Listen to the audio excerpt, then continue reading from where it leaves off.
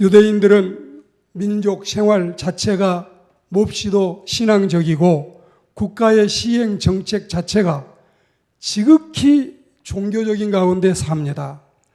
부활절이나 성탄절이면 그리스도인들의 잔치지만 우리 같은 경우에는, 그러나 유대인들은 금식하는 일을 민족적으로 하고 매주 2번씩, 그리고 또한 여러 가지 교회에서 있는 여러 가지 행사들이 그들은 이 민족적인 국가적인 축제에 속하는 것입니다.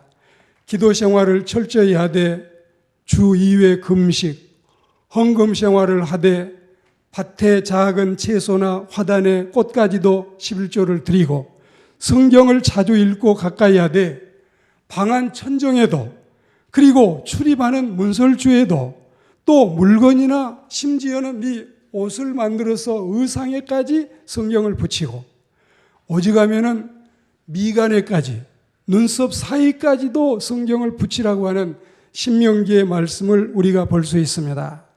그들은 성경을 외우고 쉐마 교육이라 해서 성경을 혼에다 새기는 이런 사람들인데, 그들이 이런 습관적인 생활, 상투적인 생활, 외형적인 생활로 인해서 자신들을 최고의 신앙인으로 자부하며 살아왔습니다. 그렇지만 예수님은 그들의 이런 모습을 칭찬하시지 않고 도리어 책망하셨습니다. 복음서에 보시면 전반적으로 나타나지만 그 중에도 마태복음 21장과 22장과 23장에 보시면 적나라하게 잘못된 신앙에 대해서 평가하고 비판하고 있습니다.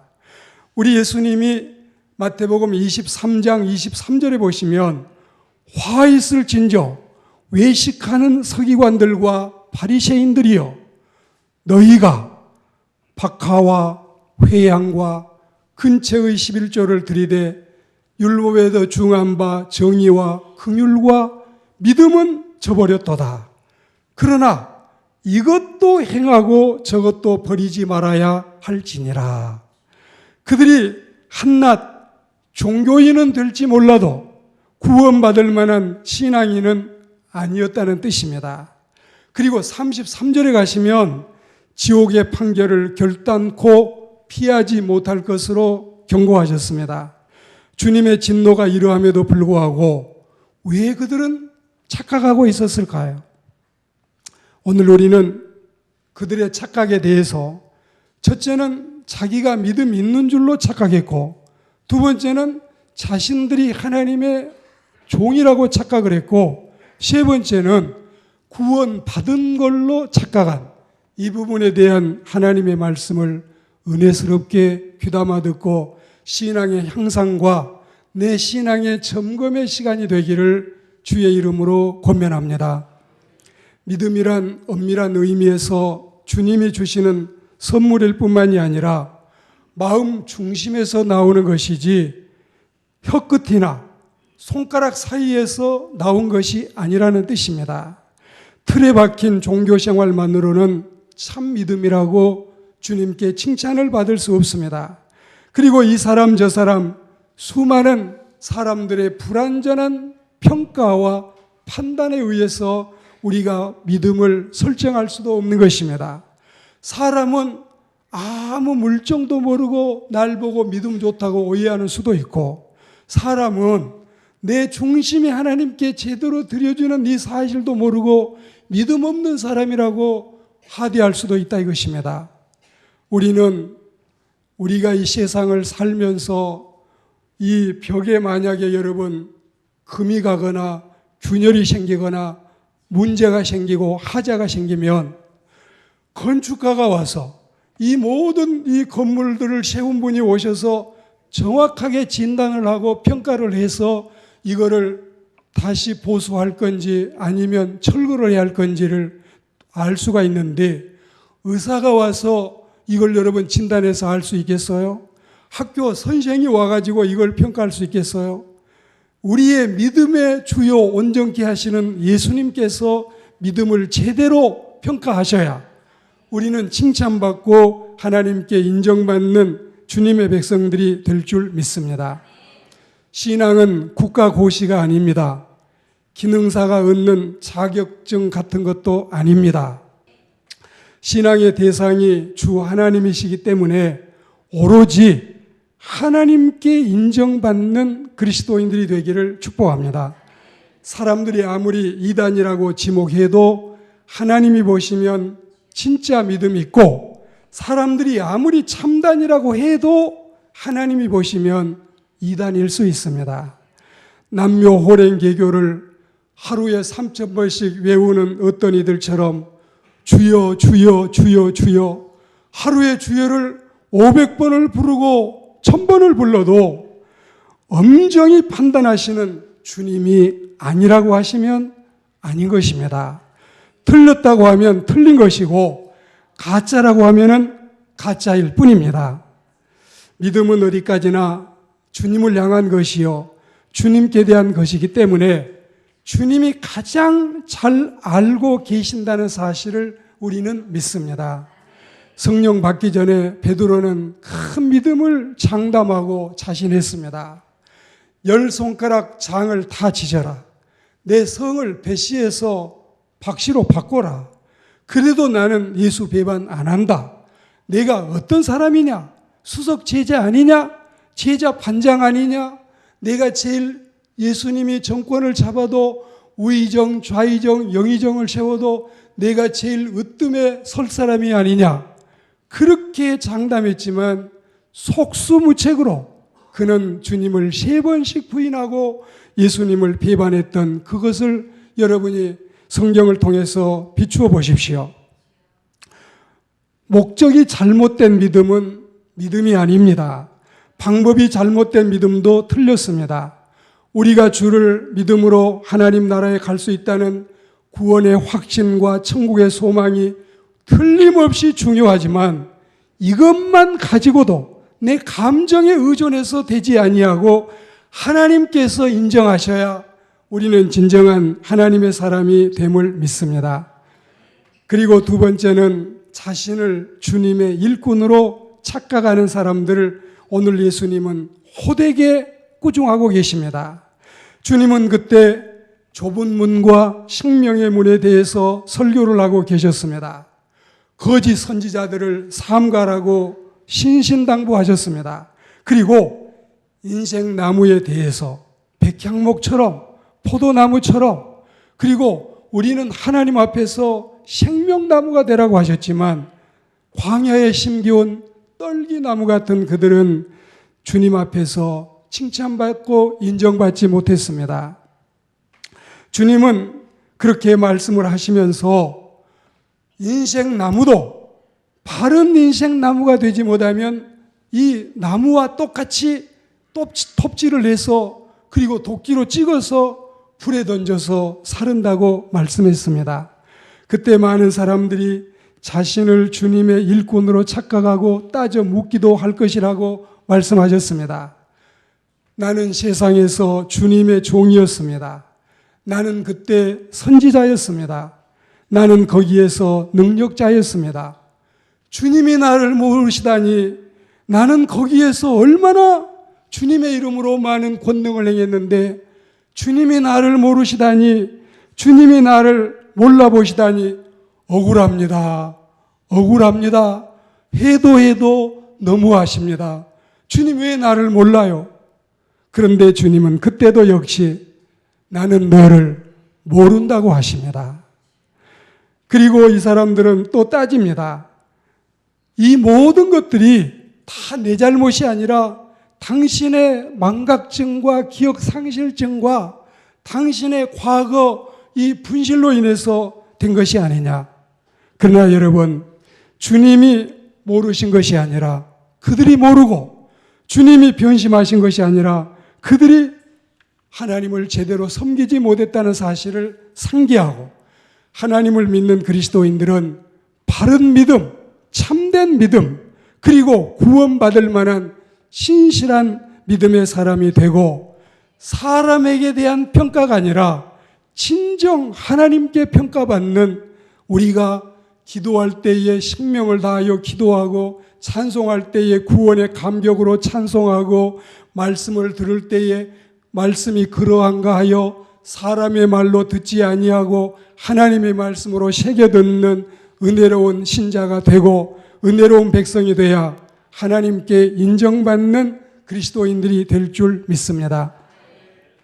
지난주에 우리는 자유에 대한 인생의 착각과 행복에 대한 인생의 착각의 말씀을 듣고 오늘 구원에 대한 인생의 착각 말씀을 듣는데 우리는 수많은 어마어마한 많은 연예인들이나 배우나 탤런트나 가수나 정치인들이나 기업인들이나 이 세상의 고관대작들이 하나님을 믿는 수많은 이름을 제가 일일이 열거를 했었습니다. 오늘 한 사람을 집중적으로 여러분에게 소개하고 싶습니다. 우리처럼 거룩한 주일에 대예배실에서 예배가 진행되고 있는데 모두 자리에서 일어나서 찬송을 하나님께 드리는데 찬송 부를 때마다 주일날마다 이 옥타브를 높여서 유난히 크게 찬송을 부르는 한 남성 신자가 있습니다. 그것도 어쩌다가 혹은 오늘이 아니라 매 주일마다 크게 부릅니다. 어김없이 매주일 튀는 목소리가 들리는 것입니다. 그런데 그 장본인이 바로 분위기 있고 부드러운 미남 탤런트 강서구 집사입니다.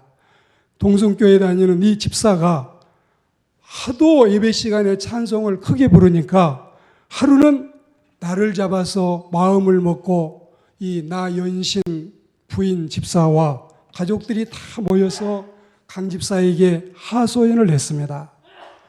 여보, 제발 좀 예배 시간에 찬송할 때 조용히 좀 부를 수 없어요? 우리 모두가 당신과 예배 드리고 있는 게 얼굴을 들기가 어려울 만큼 너무 창피해요. 그러니까 강서구 집사가 무슨 소리 하는 거야? 찬송은 크게 부르는 게 당연하지. 부인이 다시 말합니다. 뭐라고 하는 게 아니라 조금만 작게 불러요. 너무 커요. 좀 목소리 좀 줄여요. 혼자 예배 드리는 것도 아닌데. 그러니까 강 집사는 말합니다. 아니야. 찬송은 구원받은 사람이 힘차게 부르는 거야. 주일날은 다른 날보다 밥도 더 먹어야 돼. 그리고 그 힘을 가지고 하나님 앞에 가서 찬송 불러야 돼. 그때 이 나연신 집사는 아무리 그래도 그렇지. 혼자 예배 드리는 거 아니잖아요. 여러 사람 같이 예배 드리는데 혼자 그렇게 크게 부르면 어떡해요? 내가 잘못한 게 아니고 작게 부르는 사람들이 잘못한 거야. 말이 안 통하니까 이 나 집사는 참 너무하시네요. 강 집사 말이 뭐라고 하느냐면 우리 회사에서 야유회 가지. 야유회 가고 친목회 가지. 놀러 갈 때면 이 고속버스에서 그냥 춤추고 엉덩이 흔들고 고함고함 질러대면서 어떤 사람은 마이크를 잡고 혼자서 리사이트를 하듯이 5곡, 6곡, 7곡, 8곡 연신 불러대고 그리고 이제 다음날 출근해서 보면 목이 쉬어가지고 꽉꽉꽉 이러는 사람들 많지. 그런데 예배당에 와서 찬송 부를 때 보면 며칠 굶은 사람들처럼 꼭 한무 입처럼 붕어같이 립싱 그만하고 이런 거 다 잘못이야. 그러면서 지적을 합니다. 그래도 그렇지. 당신 너무 커요. 당신 찬송 부를 때 보면 얼굴이 시퍼렇게 변해가지고 금방 혈압으로 쓰러질 것 같아요. 마지막 강서구 집사는 찬송 부르다가 죽으면 좋지. 할렐루야. 여러 말 말고 당신도 나처럼 크게 불러요. 그런데 이 가정 이야기를 조금 더 붙이겠습니다. 이 나연신이라고 하는 자매가 원래는 성당에 10년 이상 다니던 자매인데 약혼식을 해놓고 어느 날 강서구 이 총각이 말을 합니다. 여보, 당신 나 여보 소리 듣고 싶으면 이제 우리 교회 다음 주부터 오는 거야. 한 집에서 종교를 두 개를 가지면 안 돼. 통일해야 돼. 그러니까 이 자매가 깜짝 놀래가지고, 아니, 아직 결혼식도 안 하고 날짜만 잡았는데 이렇게 인사도 못하고 갑자기 날들어 우리 교회로 오라고 하면 말이 돼요. 그러니까 나 결혼식, 약혼식 날짜 잡아놓고 결혼 못한 사람 많이 봤어. 당신도 내 말 안 들으면 결혼 못하는 거야. 그러면서 다른 데는 다 부드럽고 유유한 사람이 신앙 문제만큼은 분명히 선을 긋는다 이것입니다. 그래서 나중에 당신이 수명 다하고 죽으면 당신 무덤에 비석을 세워줄게. 이 세상에서 가장 남편의 사랑을 많이 받은 한 여인이 여기에 잠들다. 어때? 좋지? 그러니까 이 자매가 말이나 못하면 밉지는 않지. 그러면서 바로 그 다음 주부터 이 섬기고 있는 동성교회에 와서 신자가 되고, 그리고 어느 날 교회를 가다가 이 강석우 집사가 뭘 하고 있는데 부인이 와가지고, 여보 뭐해요? 봉투에 헌금 넣지? 헌금을 왜 이렇게 많이 넣어요? 11조야. 11조는 하나님께 내야 되는 거야. 여보, 당신이 인기가 있으면 항상 있을 줄 아시오. 사실은 배우나 탤런트나 가수는 보면은 정규직이 아니라 비정규직이고, 이게 사실은 고용된 이 직책이 아니라 일용직처럼 오라고 하면은 하루에 장윤정이는 3천만 원씩 받고 가기도 하고, 또 이 가요 무대 출연하면 한 번 출연하는데 3분 노래 부르고 68만 원씩 받기도 하고, 배우들은 인기가 있을 때는 여러분 돈을 긁어 모으지만 돈이 없고 인기가 없을 때는 이게 여러분 비정규직이라니까요. 그러니까 부인은 이제 당신이 어떻게 벌어온 돈인데 그렇게 힘들게 뼈 빠지게 벌어온 돈을 헌금목도 이렇게 많이 집어넣다니 말도 안 돼요. 나는 못해요. 그때 강석우 집사는 말하기를, 하나님께서 10개를 주시면서 9개를 다 우리에게 쓰라고 하시는데 하나 주님이 부족해서도 아니고 모자라서도 아니고 주님이 우리 손때 묻은 거 뺏고 싶어서도 아니고 내 믿음 보시고 더 축복하려고 하시는데 11조만큼은 평생에 옳게 바로 드리는 거야. 할렐루야. 이런 이 믿음을 우리 하나님을 믿는 그리스도인들도 마음속에 새기고 또 이 믿음의 사람으로서 살아가는 하나님의 사람이 된다면 주님이 우리 믿음을 기뻐하실 줄 믿습니다. 우리는 오늘 한 가지 더 말씀을 듣고 이제 말씀을 맺으려고 하는데, 자신이 구원받은 줄로 엄청 착각하고 있는 사람들이 신자 가운데는 많이 있습니다. 여러분 들어보십시오. 그들이 왜 천국에 들어가지 못할 자들이었습니까? 그들이 왜 하늘나라에 입국하지 못했을까요? 그들이 착각하게 된 결정적인 배인이 어디에 있었을까요? 23절에 보시면 불법을 행하는 자들이었기 때문에 그렇습니다. 한마디로 법대로 주님을 믿지 않고 성경대로 신앙생활하지 않았다는 뜻입니다. 성경대로 믿어야 옳은 믿음이 될 줄 믿습니다.